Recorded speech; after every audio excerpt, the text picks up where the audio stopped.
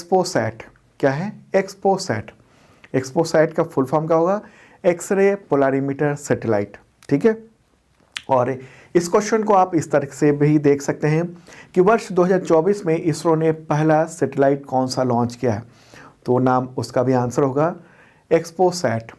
ठीक है।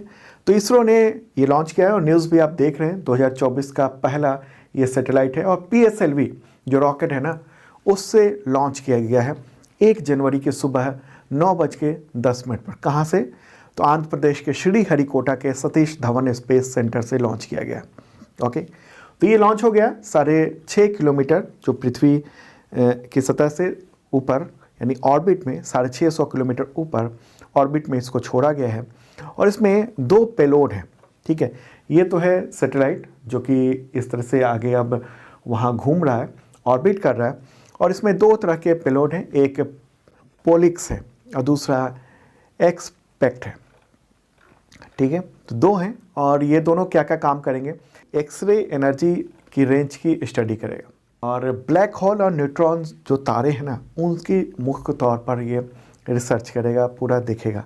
क्योंकि इसके बारे में इससे पहले अगर बात करेंगे तो नासा ने ही अपने एक सैटेलाइट लॉन्च किया था और उसके बाद अभी तक किसी ने नहीं किया था, इसरो ने किया है इस बार। अब सवाल होता है कि न्यूट्रॉन तारा क्या होता है? चूँकि देखिए करंट अफेयर्स से रिलेटेड ऐसे ही क्वेश्चन आते हैं, अब साइंस से रिलेटेड ऐसा ही आएगा, न्यूट्रॉन तारे के बारे में सवाल आ जाएगा आपसे, क्योंकि यहाँ पर क्वेश्चन उसी से रिलेटेड है। जो सैटेलाइट लॉन्च किया गया है इस बार और उस सैटेलाइट का नाम क्या है? उस सैटेलाइट का नाम है एक्सपोसैट। ठीक है, तो एक्सपोसैट जो है ना वो क्या क्या रिसर्च करेगा, इससे मिलता जुलता करंट अफेयर्स आपके एग्जामिनेशन में आएगा। जैसे न्यूट्रॉन स्टार्स क्या है, तारे क्या है, न्यूट्रॉन तारे क्या है। देखिए ब्रह्मांड में ब्लैक होल के बाद सबसे घनी वस्तुओं में से ये एक होता है न्यूट्रॉन स्टार।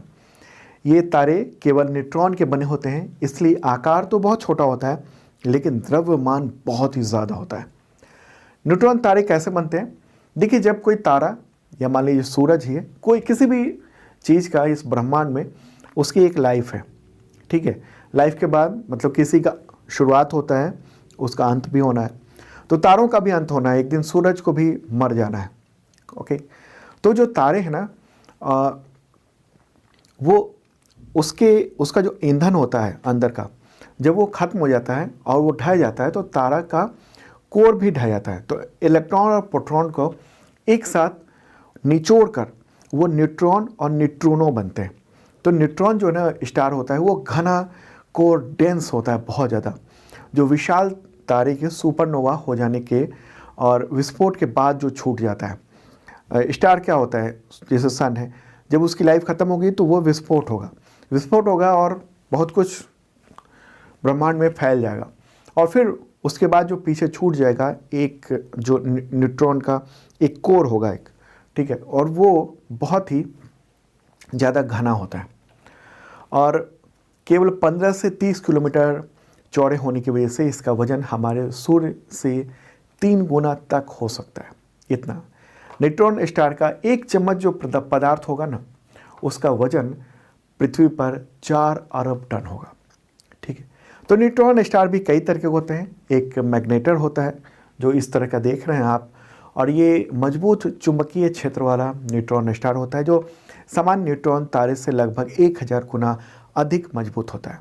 ये पृथ्वी के चुंबकीय क्षेत्र से लगभग 1 खरब गुना अधिक मजबूत होता है और वैज्ञानिकों ने अब तक लगभग 30 ही मैग्नेटर न्यूट्रॉन तारे ढूंढे हैं।